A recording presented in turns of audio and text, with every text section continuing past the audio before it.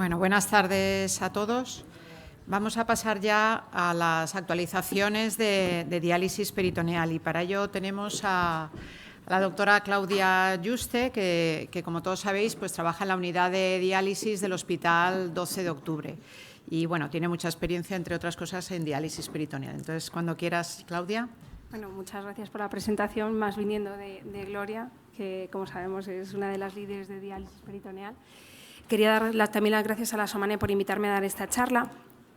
Y bueno, hablaré un poco, una introducción muy básica, las innovaciones que hay en los líquidos de diálisis peritoneal, en las modalidades, en el conocimiento de la membrana, en el tratamiento médico, algo de miscelánea que engloba un poco todo y las conclusiones.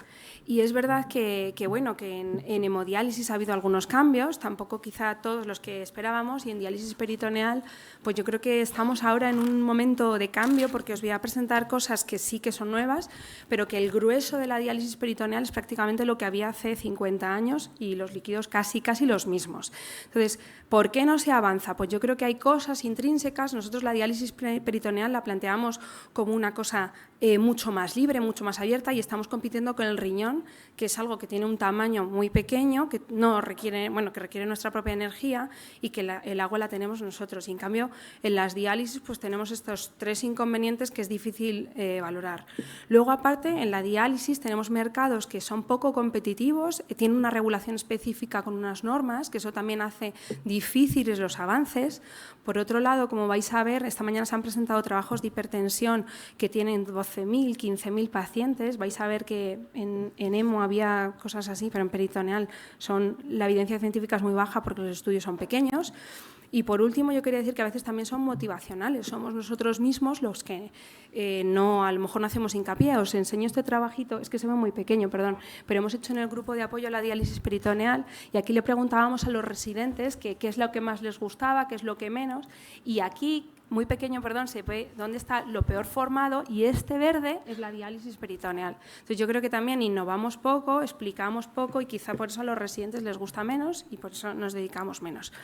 Bueno, pasando directamente a las innovaciones en el líquido de diálisis peritoneal, pues contaros que la preparación del líquido se presentó en el Día Mundial del Riñón, pero en 2016, un dispositivo que se llama EMPOC, que fijaros que es una maleta, y esta maleta es muy rompedora, porque lo que quiere ser es una maleta que vaya a ser capaz de coger el agua de cualquier fuente, con la energía solar depurarla, y además es portátil y te permite embotellar tus bolsas de líquido peritoneal. Esto sería estupendo. Han pasado muchos años y no había salido nada. Fijaros que desde 2016 a 2024 y el mismo grupo ha sacado este dispositivo que también se llama EMPOC, pero que ya no es tan ideal como el otro. Puede ser portátil, como las cicladoras, pero claro, no es una maleta de ruedas. Necesita energía eléctrica, agua potable, pero evita el transporte. Entonces, esto es una máquina para hacer tu propia diálisis, para hacer tu propio líquido de diálisis. Lo que hay publicado es, en realidad, en 3 pacientes en diálisis peritoneal, les entrenaron durante 3 días a rellenar las bolsas y luego lo que hicieron fue estudios de microbiología y la verdad que no les salió del todo mal. Comercialmente, pues no hay nada parecido, pero fijaros que hay un dispositivo parecido que se llama On Demand, que esto lo promueve Baxter, que tiene 3 sistemas. Este es un sistema de poder fabricar tu propio agua. Luego tiene una máquina que es una cicladora específica. Y, en realidad es un sistema que no es portátil, que necesita energía eléctrica, agua potable, pero sí que va a evitar el transporte, que sí que nos va a permitir hacer la concentración de glucosa que necesitemos y los electrolitos lo mismo. Y esto pues ha salido hace muy poco publicado, el Clinical Trial, que era solo un grupo tratado multicéntrico, abierto, tratado durante 12 semanas, que lo que hay es la máquina, que es el dispositivo, que esto toma el agua de la agua normal, y aquí hay un propio tratamiento de agua que es como la hemodiálisis, tiene su ósmosis, tiene su calentador, tiene sus filtros. Después va a lo que es la cicladora va a tener un cartucho que tiene los electrolitos, un cartucho que tiene el bicarbonato y luego la máquina donde se junta el líquido de diálisis tiene otros filtros específicos y luego irá hacia el calentador y hacia el paciente. El ensayo clínico lo que prometía era ver la seguridad del paciente y de 44 pacientes que intentaron incluir, finalmente quedaron 22 y al final completaron el estudio 14. lo que querían ver primariamente era la calidad del líquido peritoneal y lo testaban en 3 puntos, según salía de la máquina de tratamiento de agua, en la máquina que colgaba y lo que le entraba al paciente. Y fijaros que es verdad que perdían los criterios que habían dado por la ISO y finalmente pues, solo era un 9, casi un 10% que no habían llegado. Cuando vieron los eventos adversos en los pacientes, fijaros que los eventos adversos en 22 pacientes son elevados, 12 pacientes de 22, 12 tienen algún tipo de evento adverso, y aunque no lo cuenta muy claro en el artículo, cuando fui a mirarlo en Clinical Trial, pues fijaros que la verdad que tienen un alto tanto por ciento de peritonitis. Yo creo que esto es el futuro, porque si los pacientes se hacen hemodomi y tienen su propia máquina de tratamiento de agua en casa, no entiendo por qué en peritoneal ha salido como mal, ¿no? Pero bueno, esa es mi opinión. En cuanto a la composición del líquido de diálisis, pues desde hace años se está trabajando en que reducir la cantidad de los PDGs y desde hace años también se está buscando otros agentes osmóticos distintos. La icodextrina, por supuesto, la tenemos, los aminoácidos lo tenemos y el glicerol, que sería el siguiente, pues está tardando en salir. De los otros que están puestos aquí, pues se acumulan porque se eliminan por vía renal, entonces no son útiles. Entonces, aquí os voy a contar que de los líquidos de diálisis peritoneal que tenemos, que se basan en glucosa, en los aminoácidos y en la poliglucosa, por supuesto que la glucosa sabemos que le estamos dando carga a los pacientes de glucosa y también sabemos que la glucosa y la icodextrina son agentes osmóticos que van a funcionar dentro de la barrera peritoneal por 2 transportadores distintos. La glucosa va a mover el agua por las aquaporinas y los poros pequeños, mientras que la icodextrina solo es por los poros pequeños. Entonces os presento que se ha publicado recientemente un trabajo que es una bolsa de diálisis peritoneal que va a combinar 30% de icodextrina, 10% de glucosa y además teniendo 0 de sodio. Para compararlo, los que no trabajéis en peritoneal, una icodextrina normal está al 7,5 y la glucosa, la de más, que es la roja, es 4,25. Entonces, este nuevo líquido de diálisis peritoneal, pues hicieron primero trabajos en animales, en ratitas, y vieron cuál era la icodextrina que más, o sea, la concentración que más favorecía, y después probaron en animales un poco más grandes, en los que lo que vieron es que esta nueva combinación lo que hace es aumentar la ultrafiltración y la excreción de sodio hasta 3 veces y además comprobaron que no había diferencias en la exposición a la membrana peritoneal tras exponer a estas glucosas. Y lo confirmaron en 10 pacientes, que es la parte que a mí más me ha gustado, ¿no? Porque hay muchas cosas en animales, pero no en personas. Pues en 10 personas se trataba de un ensayo clínico abierto, con un solo brazo, en un solo centro. Es un trabajo de la Universidad de Yale, pero lo hicieron en México, en pacientes mexicanos, no sé, no quiero quedar mal. Habían excluido a los pacientes con un sodio plasmático bajo, con un bicarbonato bajo y que tuvieran peritonitis, y lo que hacían es infundirles esta bolsa, eran 500 mililitros de esta nueva concentración y los ponían durante 24 horas. Y la verdad que hacían múltiples test durante este tiempo y el objetivo principal era ver la seguridad y la tolerabilidad. Y la verdad que la mayoría de los pacientes no desarrollaron ningún evento adverso, les salió bien y lo que sí que vieron es que había gente que tenía un poco de disconfort con la infusión de la bolsa, pero que en 15 minutos desaparecía, o sea que esa parte bien. Y a lo que nos interesa un poco más a nosotros, pues ven que durante las 24 horas, lógicamente, va disminuyendo la icodextrina, el líquido peritoneal, que es la gráfica de aquí, y aumenta la icodextrina y sale en sangre. Bueno, y además lo que ven es que si tú ves la curva de la eliminación del sodio y la eliminación de la glucosa, más o menos al llegar a las 8 horas ha llegado a plató, lo que significa que probablemente a las 8 horas sería el momento de drenar al paciente, que lo dejaron 24 horas. Y lo bueno es que fijaros que consiguen una ultrafiltración de 2,5 litros neta, o sea, mogollón, y que además cuando ven el sodio que eliminan, pues el sodio que eliminan total son 367 y cuando ven el tipo de líquido, o sea, la ultrafiltración entre la cantidad de sodio, ven que es un sodio, o sea, un líquido discretamente hipertónico, no tanto como otros, por eso habían cogido esta concentración. Así que bueno, me parece una posibilidad, ya está probado en humanos, en principio ha ido bien, o sea que igual lo podemos ver. Otras cosas que se hace con los líquidos de peritoneal son añadirles agentes citroprotectores. Para esto hay múltiples estudios, cada uno una cosa, y la verdad que no sabes cuál es el más bueno. Yo me quedaría con la heparina, con la anilglutamina y con la curcumina, aunque esto está por ver. Y luego, finalmente, pues el agente que más se habla y el que yo creo que tiene más futuro, que son agentes que son osmóticos y metabólicos activos. Y entre ellos está esta combinación que combina el xilitol xilitol con la carnitina, ambos azúcares bastante solubles en líquido y que no se acumulan, y están en esta formulación que se llama el Silocore, que ya la mayoría de los que trabajes en peritoneal pues está escuchado porque sabemos, o está ya más oído, sabemos que el Silocore preserva un poco la membrana peritoneal, o sea que daña menos a las células que el daño que hacen las glucosas, y además sabemos que en humanos puede tener unas ventajas, por ejemplo, inhibe la producción de la glucosa, aumenta la carnitina, disminuye el consumo el consumo de músculo, y además disminuye la resistencia a la insulina y además podría preservar la membrana peritoneal. Yo tenía mucha esperanza porque cuando lo empecé a preparar vi que justo se acaba de publicar ahora en enero esto que era el ELIXIR, que es el ensayo clínico con Silocore, que es un ensayo ya fase 3, multicéntrico, randomizado, controlado, ciego, que pretende tener 170 pacientes en diálisis peritoneal, que va a comparar el Silocore versus la glucosa. Fijaros que además va a ser un tratamiento durante 6 meses y la única cosa sí que a mí me ha chirriado un poco es que van a hacer un estudio genético para ver que la gente no tenga hiperoxaluria, aunque han dicho que en modelos animales han visto que esto no podría tener ningún problema porque las dosis son ínfimas, pero bueno, aún así lo han chequeado y todavía no está publicado. Esto solo es la parte del ensayo clínico, sigue en reclutamiento, y una cosa que a mí sí que me ha llamado la atención es que bueno, hay distintas dosis de osmolaridades de la molécula del Silocore, la más baja, la más alta. La dosis alta también tiene un poquito de glucosa y además el tampón es lactato, y el pH pues a veces es un poco más bajo que el que tenemos con las soluciones biocompatibles. Bueno, y el estudio va a ser de no inferioridad, perdonad. Bueno, pues paso a las siguientes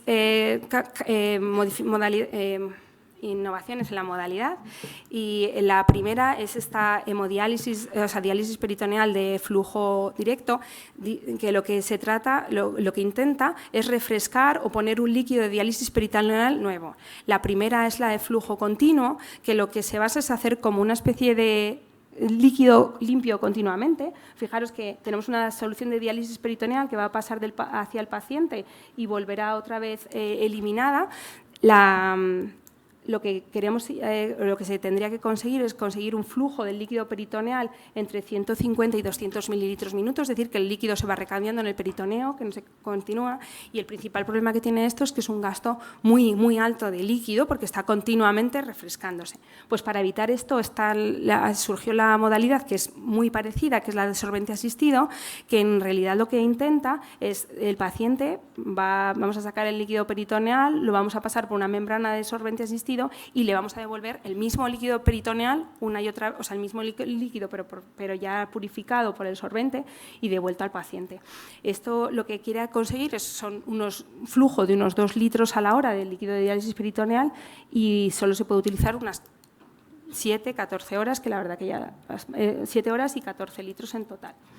El inconveniente que tienen estas dos técnicas, bueno, se sabe que las dos mejoran el aclaramiento de los solutos, que mejoran la ultrafiltración y que podrían ayudar a preservar la membrana peritoneal, pero necesitan un alto volumen de flujo de líquido peritoneal, necesitan 2 catéteres o uno doble para que uno sirva de entrada y otro de salida, que además tienes algo de riesgo de recirculación, es decir, pues lo que pasa con las fístulas, de limpiar el mismo líquido, y que además son muy costosas.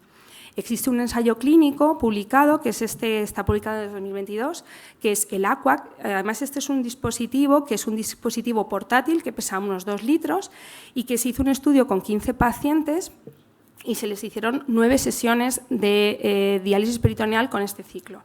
Los objetivos eran, por supuesto, ver seguridad y si los pacientes, si funcionaba el dispositivo, y además ver el objetivo de KTV y los efectos adversos. Se vieron que en KTV no había diferencias y los eventos adversos aquí fueron bastante bien. El gran problema fue la reabsorción de volumen de líquido peritoneal. Es que si al final nos fijamos en la composición del líquido peritoneal, pues veis que tiene una glucosa bastante más baja que lo que tienen las bolsas estándar. Entonces, al final es verdad que el problema fue que no conseguían ultrafiltrar con este tipo de molécula. Está pendiente de publicación este trabajo en el que ha participado mi moderadora, que es Wiki, que es otro dispositivo que además es totalmente portátil, que es lo que intentamos, ¿no? Que los pacientes puedan seguir haciendo su vida, y lo único que está publicado es este ensayo que es internacional multicéntrico, y lo que querían ver era la usabilidad del producto, y se hizo, les enseñaron a 12 participantes, enfermeras y pacientes, a ver si eran capaces de aprender a utilizar el dispositivo, y me parece que les gustó. Y el ensayo clínico de verdad que va a venir con este dispositivo es este que todavía está en desarrollo, que es el Cordial, que es un ensayo de poco tiempo para ver la seguridad en 12 pacientes con este dispositivo. Y se van a hacer 6 sesiones durante 4 a 8 horas sobre 2 semanas, con o sin la cámara. La otra modalidad de diálisis peritoneal que existe es la steady concentration, que esto se basa en mantener un gradiente osmótico de glucosa continuo durante la diálisis peritoneal para mantener la ultrafiltración, es decir, evitar disipar el gradiente de la glucosa. Y para ello pues, hay una modalidad fácil, que era seguir infundiendo la glucosa durante el intercambio del líquido peritoneal, que eso se puede hacer manual, no podemos hacerlo porque necesitamos la colaboración quizá de enfermería. Y luego hay sistemas, dispositivos, que son sistemas también que vuelven a intentar a ser portátiles, que lo que hacen son dispositivos que incorporan un sorbente asistido, es decir, recambian y tienen un carbón activado, y además te permite mantener una concentración de glucosa estable. El trabajo publicado, que es este ensayo clínico del grupo sueco, de Karolinska, que siempre da mucha solvencia, lo que van a hacer es en 8 pacientes en diálisis peritoneal, después de un intercambio de icodestrina, les van a poner distintas dosis y distintas concentraciones, y lo que ven es que sí aumentan la eliminación de sodio y aumentan también la ultrafiltración. En concreto, si os fijáis, hay 3 visitas. La primera es una terapia normal, después de la icodestrina le ponen una bolsa también de las estándar, y luego le comparan con hacer un intercambio de 5 horas con concentraciones crecientes de glucosa. Y como era esperable, los pacientes que tienen una glucosa más estable pues ultrafiltran más y eliminan más sodio. Pasando ya a las innovaciones en la membrana peritoneal, pues sabemos que, basados en datos demográficos y clínicos, somos capaces de predecir muy poco la ultrafiltración y el transporte de los solutos. En cuanto al transporte de solutos, existe un estudio muy amplio, que es el BioPD Study, que es un estudio de 2.850 pacientes incidentes en diálisis peritoneal en casi 70 centros, y lo que hacen es analizan el genoma y ven que genéticamente hay una gran variabilidad del genoma. Ellos querían intentar ver qué genes estaban implicados directamente con el transporte peritoneal al inicio, y ven que hay mucha variabilidad, y además identifican estos 4 locus que parece que son los plenamente identificados. Por otro lado, también se ha analizado en otros estudios la ultrafiltración, y la ultrafiltración sabemos que depende sobre todo de la aquaporina, y para ello han identificado esta variante genética que es prácticamente impronunciable. La han identificado en 1.850 pacientes en 7 cortes, y lo que se ven es que hay variantes de la aquaporina que van a modificar el grado y la diversidad de la ultrafiltración. Además, se ve que los pacientes que acarrean la variación en la mutación, que son estos 2 que tienen la TT, estos pacientes ultrafiltran menos, y además estos pacientes que tienen esta mutación, aparte de ultrafiltrar menos, se sabe que tienen peor supervivencia global y en diálisis peritoneal. Entonces son pacientes que quizá tendríamos que hacer un esfuerzo para tratar de evitar el problema. Por otro lado, también se han determinado que hay variantes genéticas que hacen que la transformación mesenquimal de los monocitos sea mucho más importante. Entonces, ya tenemos identificados qué zonas deberíamos estar más enfocados a tratar y cuáles son los pacientes que van a ir peor. En cuanto al tratamiento médico, pues por supuesto tendremos que hablar de los ISGLT2, que son el nuevo elixir, y la verdad es que aunque se han propuesto un montonazo de cosas distintas, cuando llegas a diálisis peritoneal y lo estudias, yo la verdad es que decías que no me termino de enterar. A ver, este ha dicho que sí, este ha dicho que no. Bueno, sabemos que hay transportadores de la glucosa en la membrana peritoneal. Sabemos que además puede ser una buena idea porque antagonizamos la absorción de la glucosa, aumentamos la ultrafiltración y además parece que su efecto antiinflamatorio va a disminuir la inflamación de la membrana peritoneal. Sabemos que la glucosa a la que les ponemos a los pacientes en diálisis peritoneal es muy elevada y además sabemos que dentro de la membrana peritoneal están expresados los SGLT1, los SGLT2 y también los GLUT1 y los GLUT2. En cuanto a los estudios, pues mirar, hay estudios en humanos que si podéis ver hay uno de 4 pacientes, uno de 50 pacientes y en ratas pues hay unos cuantos más que son también controvertidos. Todos ellos parece que van a aumentar el transporte de la glucosa, del agua, perdón, que van a disminuir la reabsorción de la glucosa y dependiendo de dónde sea su efecto, son más efectivos o no. La sotaglifosina parece que es efectiva, la fluorocina y la fluoretina. En concreto, la fluorocina, lo que se ha demostrado es que es capaz de modificar la reabsorción de la glucosa, pero cuando asociado al sodio. Entonces, sabemos que va a transportar los solutos asociados al sodio y no sin el sodio. En cuanto al dar a pacientes ISGLT2 y ver qué pasa con el transporte peritoneal, pues el estudio más serio es este estudio, que es un estudio publicado en 2024 sobre la paulifocina. Como veis, son 11 pacientes y en estos pacientes, si veis la modificación, en no hay diferencias significativas en ninguna de las variables que han medido. Sí que es verdad que además parece que post-tratamiento la ultrafiltración no aumenta. Entonces, realmente no hay evidencias científicas sobre si los ISGLT2 van a modificar. Parece que sí, parece que tiene todo el sentido, pero yo creo que en humanos no se ha demostrado. Os quería además hablar de este estudio que me ha parecido muy interesante, que es un estudio que lo que hace es, de forma molecular, analizan el efecto que tiene sobre la aquaporina 1 las distintas moléculas farmacológicas. Y entonces ven a cuánto se asocia, cuál es la capacidad de absorción al poro de la aquaporina. Y lo que van a ver es que hay moléculas que sí que se asocian y que tienen una alta energía para asociarse a la aquaporina, como por ejemplo es la dopamina, la gabapentina o la furosemida. Y además, bueno, y los clasifican en esto, en los medicamentos que sí que se asocian y los que no se asocian. Y además lo que ven, curiosamente, es que la furosemida no solo es capaz de agarrarse a la aquaporina tipo 1, sino que además es capaz de modificar macroestructuralmente el poro. Lo que no nos dice es si le aumenta la función o la disminuye. Yo me figuro que es lo que ahora tendrán que publicar en el segundo ensayo, pero parece que la furosemida es capaz de modificar. Entonces, me parece que este estudio es importante porque nos dice que hay mucha medicación que le podemos dar al paciente que puede modificar la ultrafiltración en la barrera peritoneal. Paso a hablar de la miscelánea. Hay muchas cosas que se podrían hablar de la diálisis peritoneal. Podríamos hablar mucho de la telemonitorización. La otra vez que tuve que hablar de una cosa parecida, hablé mucho de esto y ahora yo solo quiero traer lo que me parece que está un poco más demostrado. Y os traigo este dispositivo, que es el CloudCat, que es un dispositivo que lo que está pensado es para ponerse a la cicladora, a cualquier cicladora, y lo que hace es que pones la línea de diálisis peritoneal sobre este dispositivo y este dispositivo lo que va a estar es conectado con el centro de salud, con la unidad de diálisis peritoneal y va a analizar la cantidad de células que hay en el efluente.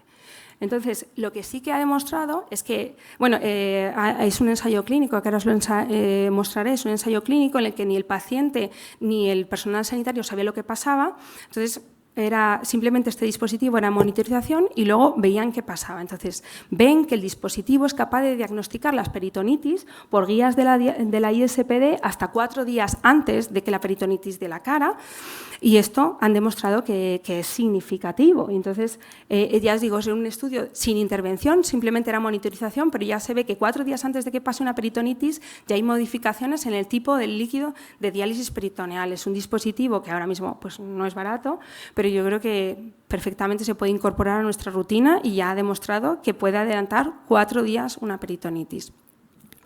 Otra cosa que os quería demostrar es este trabajo que intenta demostrar o cuantificar de una forma distinta la capacidad de ultrafiltración de los pacientes en diálisis peritoneal. En realidad, la ultrafiltración va a depender de la conductancia osmótica de la glucosa y que esto, normalmente, para hacerlo de forma muy precisa, lo tienes que hacer o por volumetría o por dilución de la albúmina. Y esto a veces es muy difícil porque muchas veces no se consigue hacer un drenaje completo del paciente y para hacerlo completamente tendrías que marcar la albúmina y ver. Entonces, ellos lo que hacen es desarrollar un modelo matemático que es basado en el cribado del sodio y que con una sola medida de sodio en líquido peritoneal son capaces de estimar la ultrafiltración. Con esto será para identificar a aquellos pacientes que van a tener un fallo de ultrafiltración. Y esto lo han demostrado en distintos modelos animales, en ratones, en los cuales exponen a glucosas altas, glucosas bajas, concentraciones de sodio altas y concentraciones de sodio bajas, y también lo han demostrado en humanos, y parece que son capaces de corregir la alteración que en el cribado de sodio muchas veces no podemos medir para determinar la ultrafiltración. Por último, os voy a enseñar algo que me ha llamado bastante la atención, y es que siempre estamos hablando que el catéter de diálisis peritoneal probablemente no influye. Y hay grupos, este grupo en concreto, en unos neonatos, han demostrado que si tú pones el catéter elíptico, pero no, los catéteres de diálisis peritoneal son como así, enrolladitos, pigtail, y este en vez de ser enrollado, es enrollado pero a la larga. Entonces, lo que hacen es que, además, el tamaño del poro es distinto, igual que las membranas de diálisis peritoneal, ¿no?, que son asimétricas, que el poro es distinto. Pues ven que si tú pones el poro de distinto tamaño y lo pones en vez de así, en la otra dirección, previenes la formación de los coágulos de fibrina y, además, evitas el atrapamiento de piplón.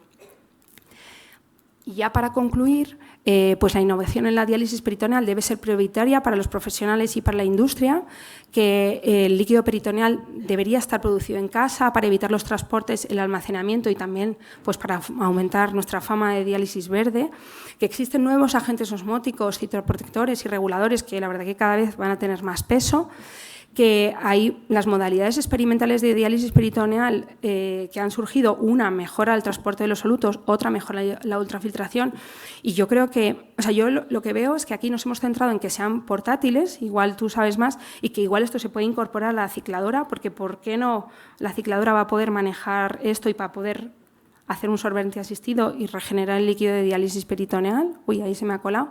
Que además cada vez sabemos más en el conocimiento de la membrana peritoneal, que esto ahora mismo no tiene ningún valor clínico, pero que lo tendrá. A lo mejor somos capaces de identificar qué pacientes van a transportar mejor, qué pacientes van a ultrafiltrar mejor y cuáles son los pacientes más sensibles a la inflamación, ¿no?, y que probablemente con eso les podamos tratar. Que todavía nos queda tiempo para ver cuál es el valor de los ISGLT2 y de otras moléculas en el tratamiento médico en la diálisis peritoneal, y que yo creo que hay dispositivos portátiles que podríamos incorporar a las máquinas de diálisis peritoneal que nos darían mucha información. Yo la otra vez reclamé que por qué no teníamos una K en líquido peritoneal y en hemodiálisis de hace mucho tiempo sí. Hay nuevas formas de medir la ultrafiltración y de ser cada vez más precisos. Sabemos que hay muchas moléculas que pueden afectar la aquaporina, que es el transportador principal de la membrana peritoneal, y que a lo mejor también podemos hacer otro tipo de innovaciones en el catéter. Muchas gracias.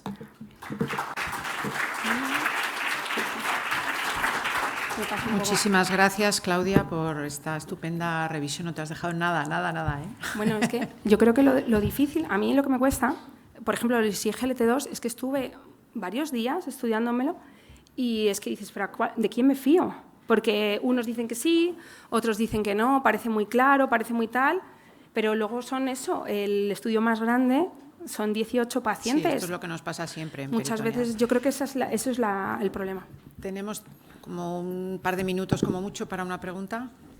¿Tenéis alguien? Sí, Fernando.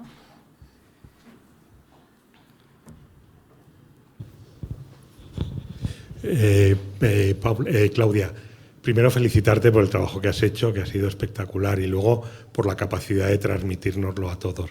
A mí hay una duda que se me plantea. Llevamos años hablando de que no debemos subir la glucosa, que por encima de 2,5 la demonizamos, que el 4,25 no debemos usarlo, pero las soluciones que podrían tener alguna salida al mercado ahora mismo están usando glucosa al 10%, comentabas, ¿no?